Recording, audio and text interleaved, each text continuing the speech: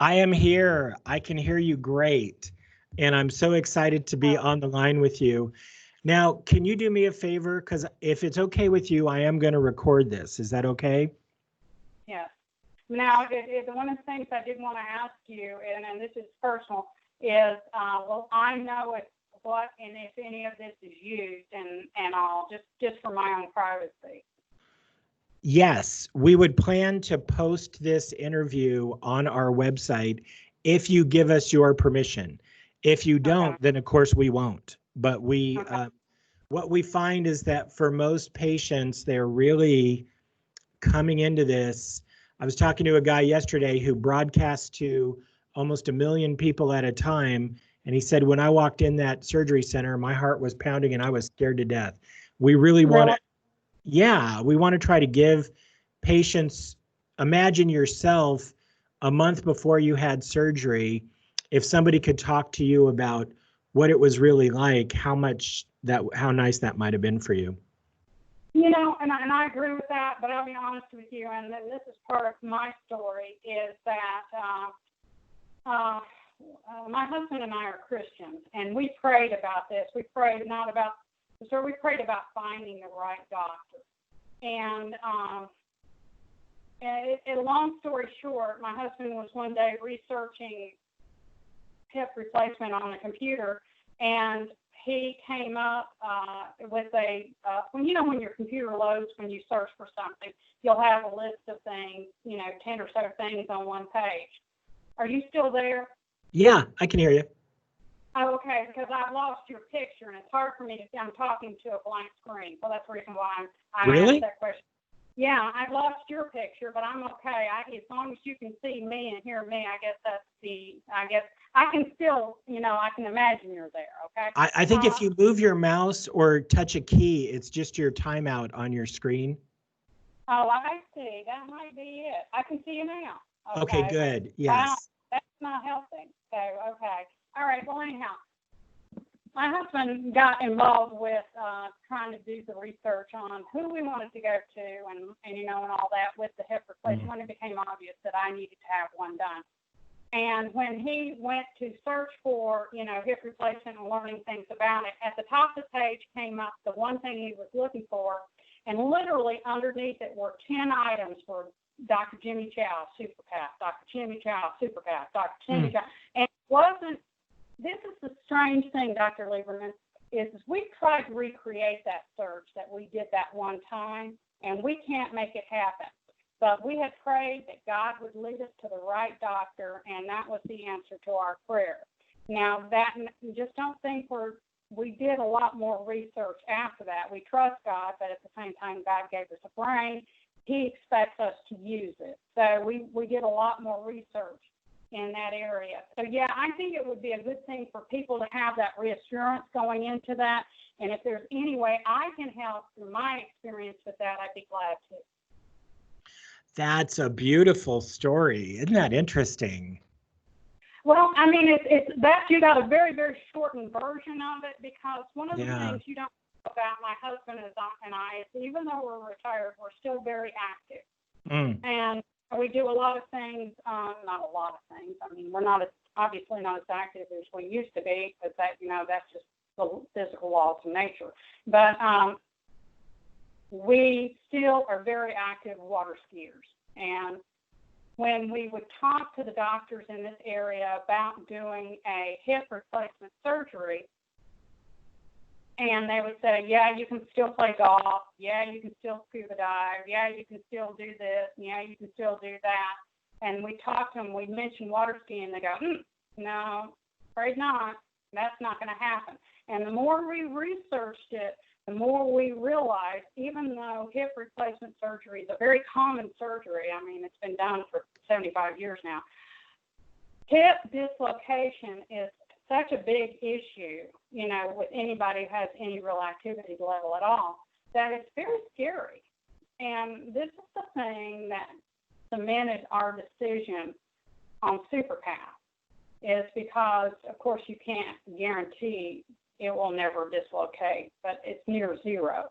And that's as close to a guarantee in life as you're ever going to get. So Yes. you're Yes. Tell me more about the water skiing. That's such a funny hobby. You're in South Carolina, right? yeah, no, well, Is that my husband and I have been very avid water skiers for since we've been married, and we still water ski very aggressively. We're slalom skiers. We have wakeboard. We don't care for it. We have barefoot. We're obviously too smart to continue doing that anymore. But we just enjoy the water, and we enjoy getting out there and just laying it down. You know, it's just a wonderful thing. I mean, yeah, we still have aches and pains at the beginning of the summer where we realize that, yeah, we're getting a little older, you know, but we still do it, and we enjoy that. We do. So. That's wonderful. Do you know why those doctors in your area told you not to water ski after the kind of hip replacement surgeries that they do? Well, the chance, my understanding is it was a chance for hip relocation. That was the problem. Yeah. And they were not going to be able to guarantee that, or they were very hesitant about hip relocation. And come to find out, with traditional hip surgery, hip relocation is not real uncommon at all. And then you learn about how SuperPATH is done, and the fact that they don't dislocate your hip to start with. And it makes a lot of sense why there's very little incident of hip relocation with this procedure. Yeah, I mean, it sure does make sense. They've done studies in the laboratory looking at how the traditional hip surgery affects the hip. And my goodness, a lot of people have not 1, but 2 years of recovery after traditional hip surgery before their hip is up to full strength again, if it ever gets back. So many muscles are taken down and so much goes on that, boy, they were right to tell you not to water ski the way they do the surgery. And Dr. Chow and the people who do the minimally invasive, they're right to tell you, you have no restrictions. You can do whatever you want after those surgeries. Now, some patients in minimally invasive hip replacement surgery, there's 2 flavors of minimally invasive surgeries. There's the anterior approach, and then there's the SuperPATH approach.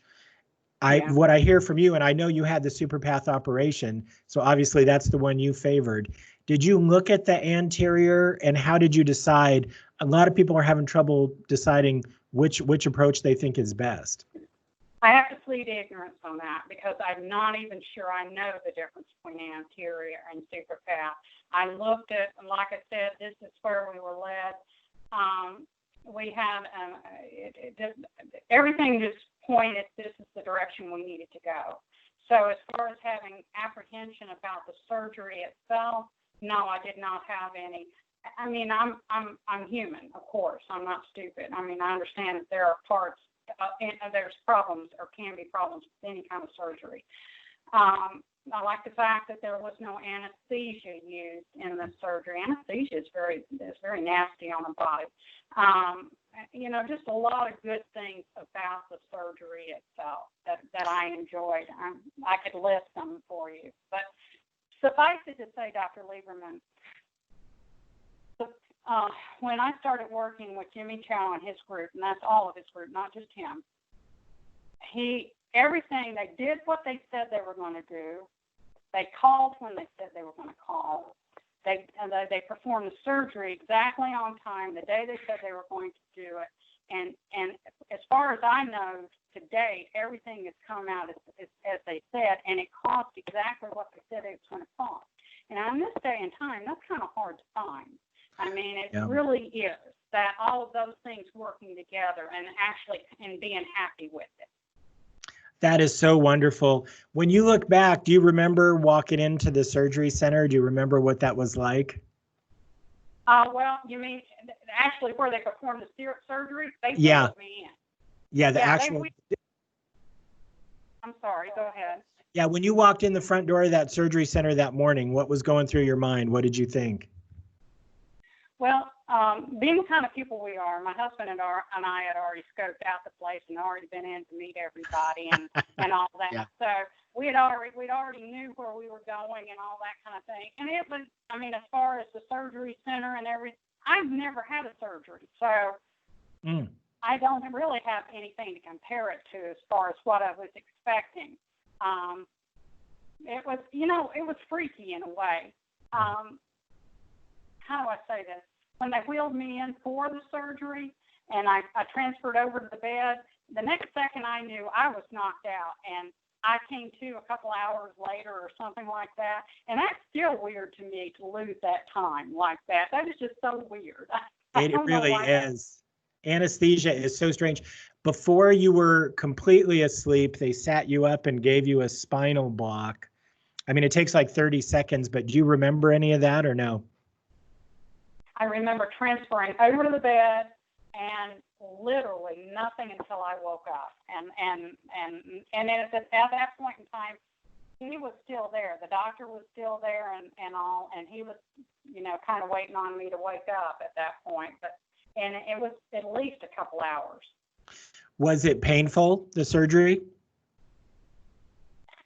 I took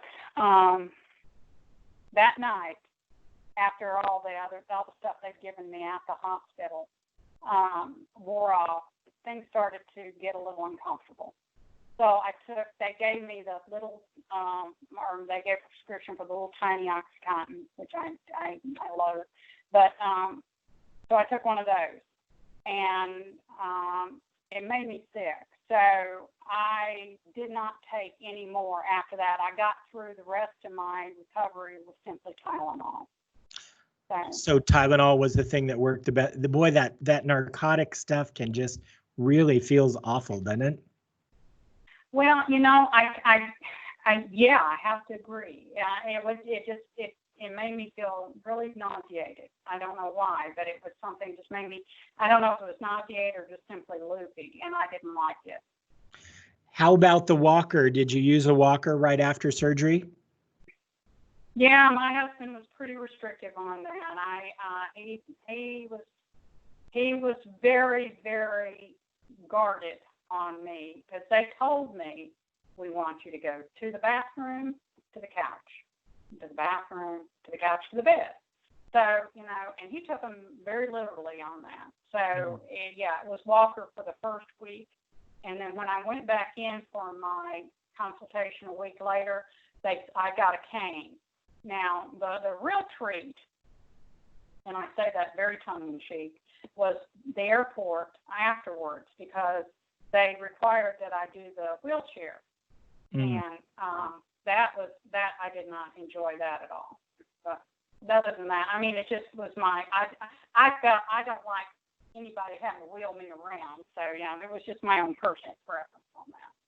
Yeah, I know what you mean, especially with all those people around. So you got home after that first week in Phoenix. You went home. You're back home. What was that like? Were you able to get around your house okay? Did you need a raised toilet seat or anything special? No. Nothing? I did not need nothing like that. I worked with a cane at home. That's what I had. I could have had a walker. I mean, I didn't need it.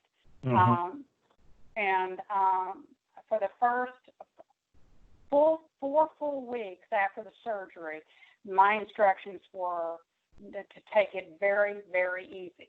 And I think like the second or third week, our driveway is about a quarter of a mile long. I started walking up and down. We walked up and down it maybe once, and then we made it twice and that kind of stuff. But it was just walking. It wasn't anything, anything aggressive at all. And then a full month after that is when I went into physical therapy. I see. And was the therapy helpful, not helpful? What'd you think?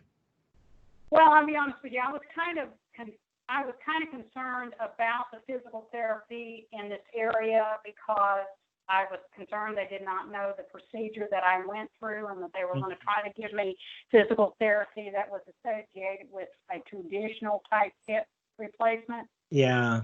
And that concerned me. But the doctor I got for physical therapy was very diligent. And he found out, he looked up SuperPATH on the internet. He found out about it. He was very curious about it. He asked me, my first meeting was basically him asking questions back to me about the procedure. So I was able to tell him everything and all that kind of stuff. And basically, the first day of physical therapy, I maxed out on all their strength tests. So almost from the first day, I had no limitations from my physical therapist. Now, you can expect, because I had to have my hip replaced because I have arthritis. People have different reasons for having hip replaced.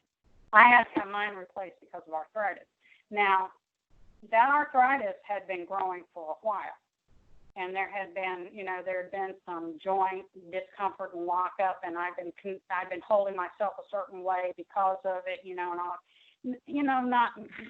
not real obvious, but there were still some things, and there was some scarring and things like that went on with that. So I'm still working through some scar tissue with things and getting some limber and some flexibility back that I didn't have before, for 2 years before the surgery. So there's still that. But as far as the physical therapy, I went for about 3 weeks, and then I dropped it because I just wasn't getting just a whole lot out of it. I mean, I can stretch myself. You were too good for it.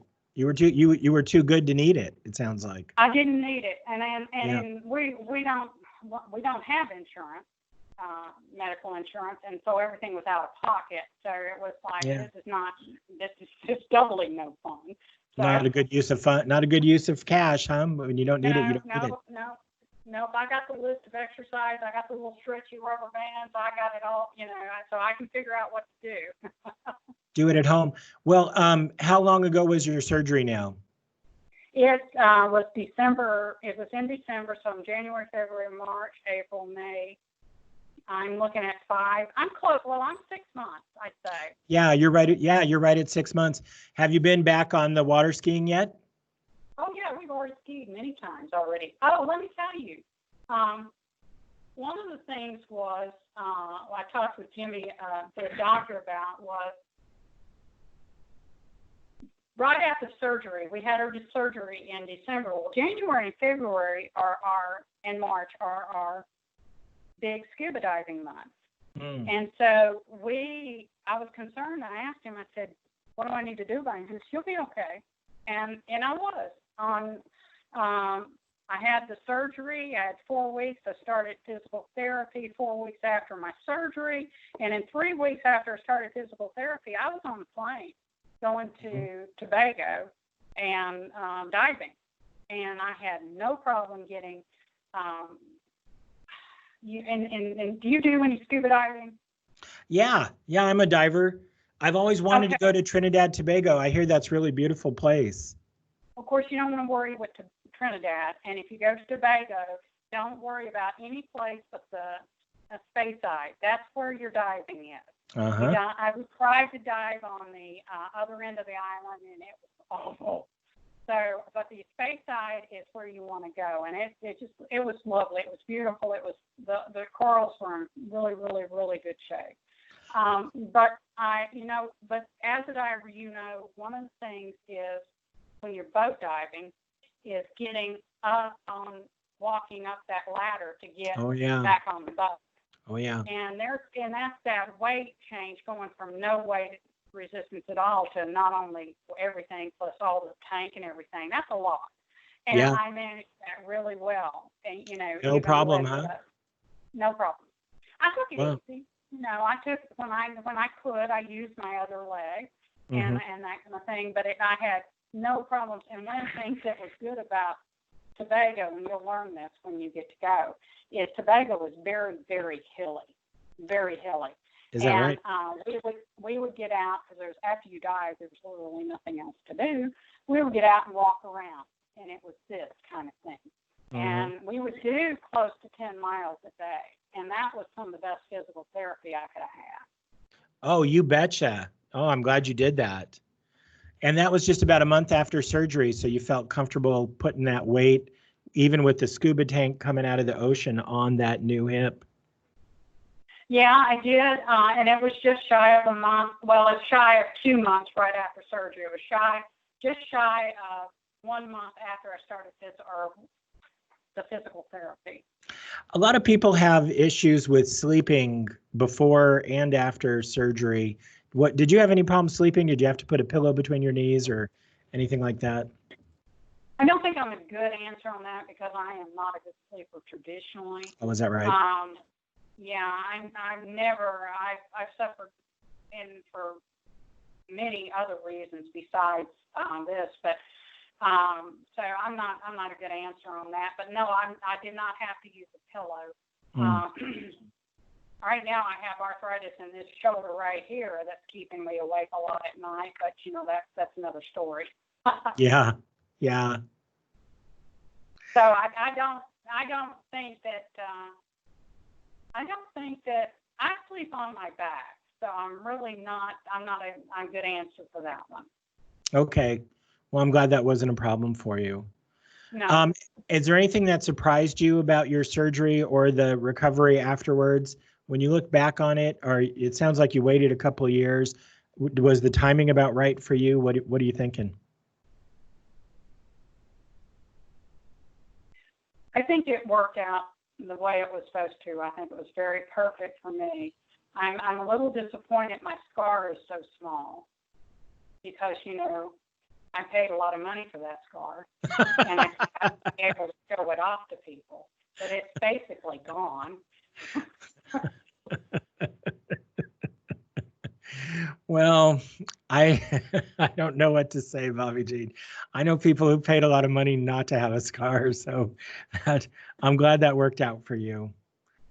But no, I'm really good. My husband has been a real strong advocate and keeping and making sure that when I had the arthritis was affecting my hip, as you might guess, you walk different with that, and you start to kind of roll when you walk a little bit. And after 2 years, I guess I've gotten in that habit. So he's been very good about telling me to straighten out my walk and to walk straight. And there's no reason not to. I don't have the arthritis in that hip anymore, so I need to.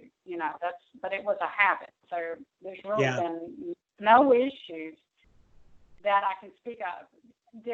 If I were to sit here and tell you that I never ever feel it, that would be a lie. Mm-hmm. But I do wake up some mornings, and if I don't know, maybe people say you'll feel it with the weather. I don't know if that's it or not. I don't think I have enough data to really tell you when I feel it. But there are times when I'll wake up and I'll feel it, and I'll just get down on the floor and stretch it out, and it'll be fine again. Mm-hmm. And I have an elliptical machine. That's my godsend. I have an elliptical machine, and I get on it, and it keeps everything lubricated and lubricated. Yeah, boy, they are wonderful.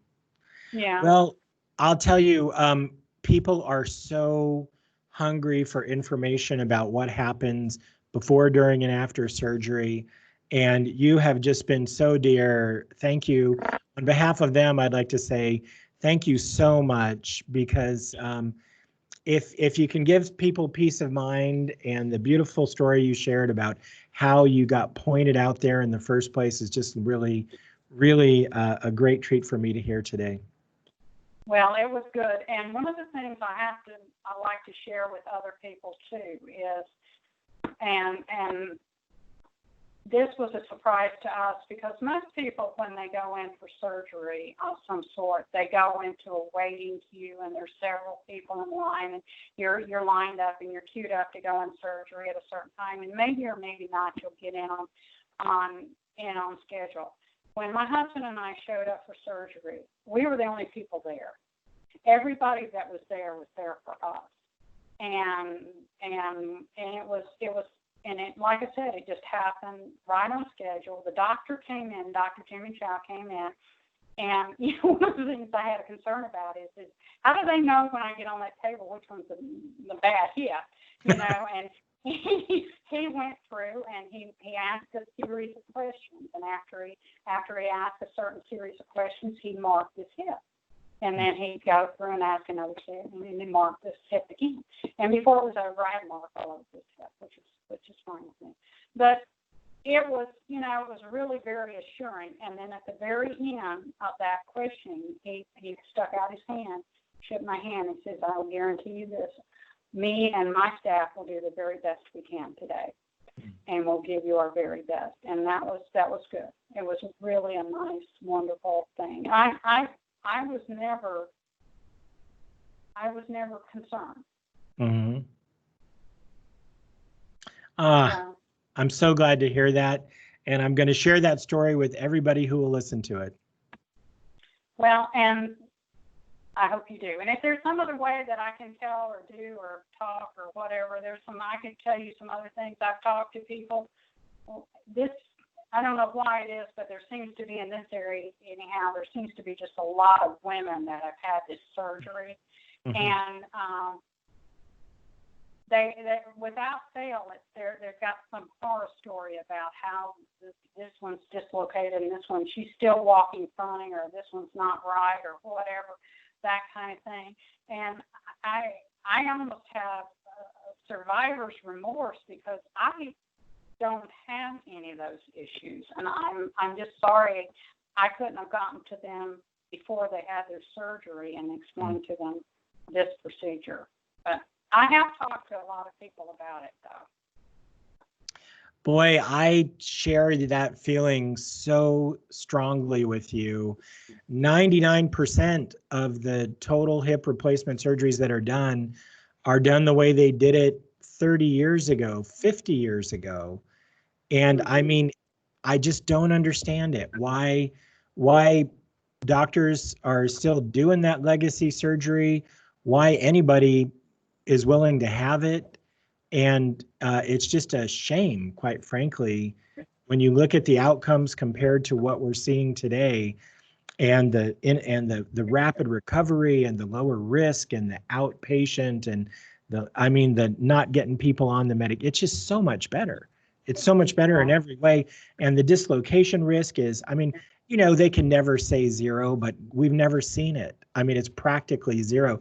The infection is practically zero. It's all essentially, God help us. We never want to see those. The risk is risk. It's real, but it sure is low. And it's just really mystifying to me why this stuff is still going on. I wish everybody did their homework the way you did. Why don't these women listen to their husbands, Bobbi Jean? That's what I want to know. Well, not everybody has a husband as sweet as mine, but yeah. That's at least part of it. And Dr. Lieberman, I'm not going to stress. I can't stress this more to you any better. Is we prayed. We prayed for the right doctor.